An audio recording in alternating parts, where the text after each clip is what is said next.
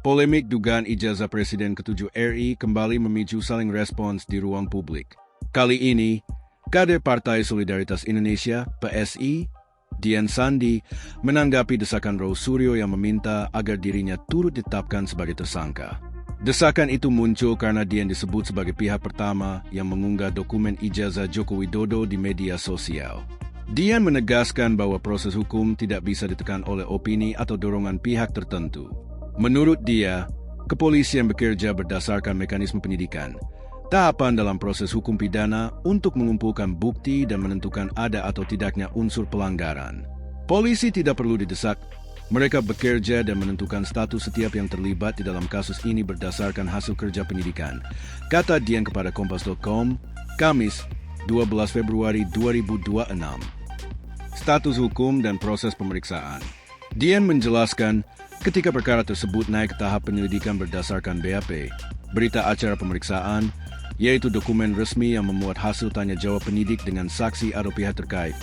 Aparat penegak hukum tidak menemukan adanya niat darinya untuk mencemarkan nama baik Presiden.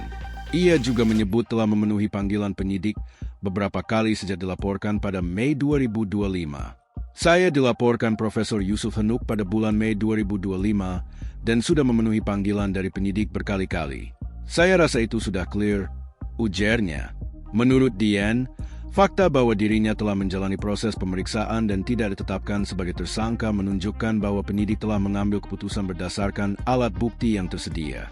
Kritik balik ke Rose Suryo.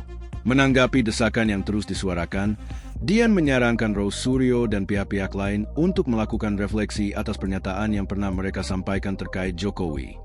Apakah itu pernyataan akademik dari seorang peneliti atau kalimat cacian hinaan dari seorang gelandangan politik yang mencari panggung? Imbu Dian. Pernyataan tersebut sekaligus memperlihatkan bahwa polemik ini tidak hanya berada dalam ranah hukum, tetapi juga bersinggungan dengan dinamika politik dan persepsi publik. Desakan Rose Suryo. Sebelumnya, tersangka kasus dugaan ijazah palsu Jokowi, Rose Suryo, mendesak kepolisian untuk menetapkan Dian Sandi sebagai tersangka kasus pencemaran nama baik Jokowi. Ia menilai, Dian lebih tepat menyandang status tersangka karena salinan digital pertama dokumen ijazah Jokowi berasal dari akun media sosial miliknya. Dengan adanya lampiran ini yang kemudian sudah diterima ini kemudian menegaskan untuk kami menuntut kepada kepolisian untuk tidak hanya menjadi saksi, tapi menjadikan tersangka saudara Dian Sandi Utama.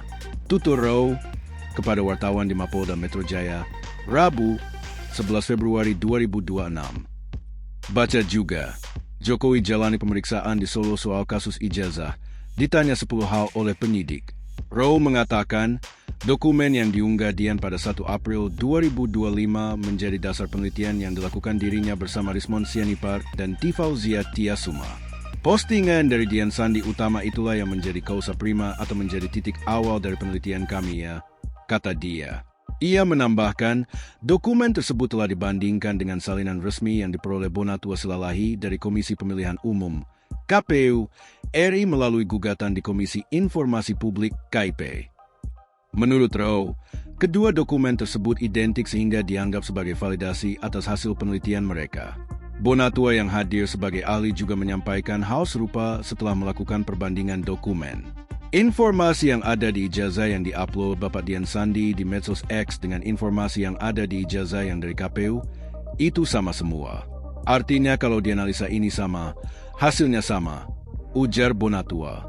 Download Tribun X sekarang, menghadirkan lokal menjadi Indonesia.